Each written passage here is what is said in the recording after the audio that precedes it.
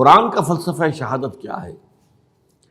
گواہی دینا، اللہ کی توحید کی گواہی، محمد کی رسالت کی گواہی، دے تو بھی محمد کی رسالت کی گواہی، جیسے اقبال نے کہا، قرآن کی حقانیت کی گواہی۔ اور یہ گواہی اپنے قول سے بھی، اپنے عمل سے بھی، اور انفرادی سطح پر بھی، اجتماعی سطح پر بھی، یہ چار ڈائمنشن، قول سے گواہی، عمل سے گواہی، آپ کا عمل ثبوت دے کہ آپ واقعی اللہ پر ایمان رکھتے ہیں، آپ واقعی محمد پر ایمان رکھتے ہیں، آپ واقعی قرآن پر ایمان رکھتے ہیں صلی اللہ علیہ وسلم۔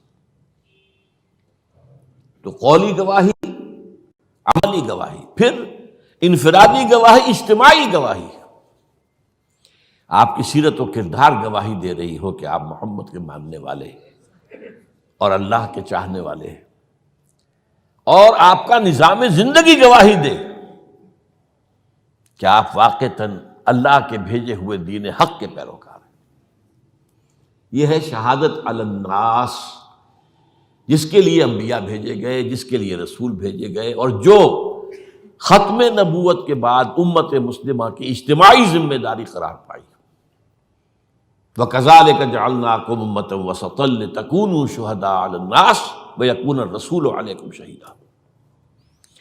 ہم نے تمہیں امت وسط بنایا ہی اس لیے ہے تاکہ تم لوگوں پر گواہ بنو، وہی گواہی انفرادی، اجتماعی، قولی، عملی، اور ہمارے رسول صلی اللہ علیہ وسلم تم پر گواہ بن جائے۔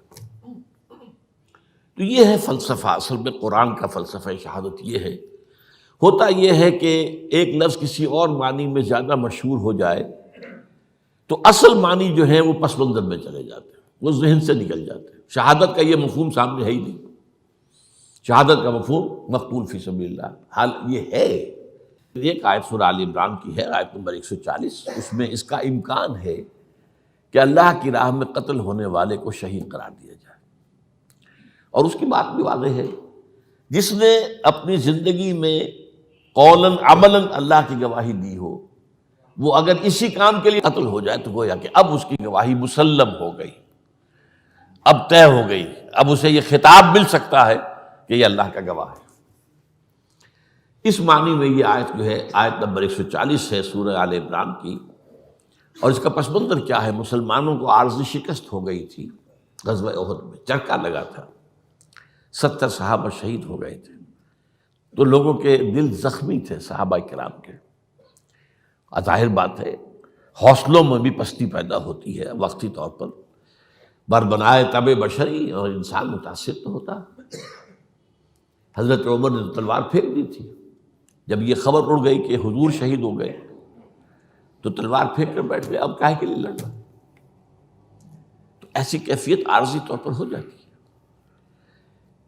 اس میں فرمایا گیا ہے کہ گھبراؤ نہیں، یہ تو دن ہیں جنہیں ہم الٹتے پھرتے رہتے ہیں، اوپر نیچے سی سو ہوتا رہتا ہے، اوپر نیچے اوپر نیچے، تلک الایام نداولها بین الناس، اور اسی سے ہم آزمائش کرتے ہیں تاکہ ہم دیکھ لیں کہ کون ہے واقعتاً جو ایمان والے ہیں، جو نامساعد حالات میں بھی ڈٹے رہتے ہیں، کھڑے رہتے ہیں، جمے رہتے ہیں، اور اللہ تم میں سے کچھ کو اپنا گواہ بھی بنا لے۔ یہاں اس گواہی کے معنی اللہ کی راہ میں قتل ہو جانے کے لیے جا سکتے ہیں۔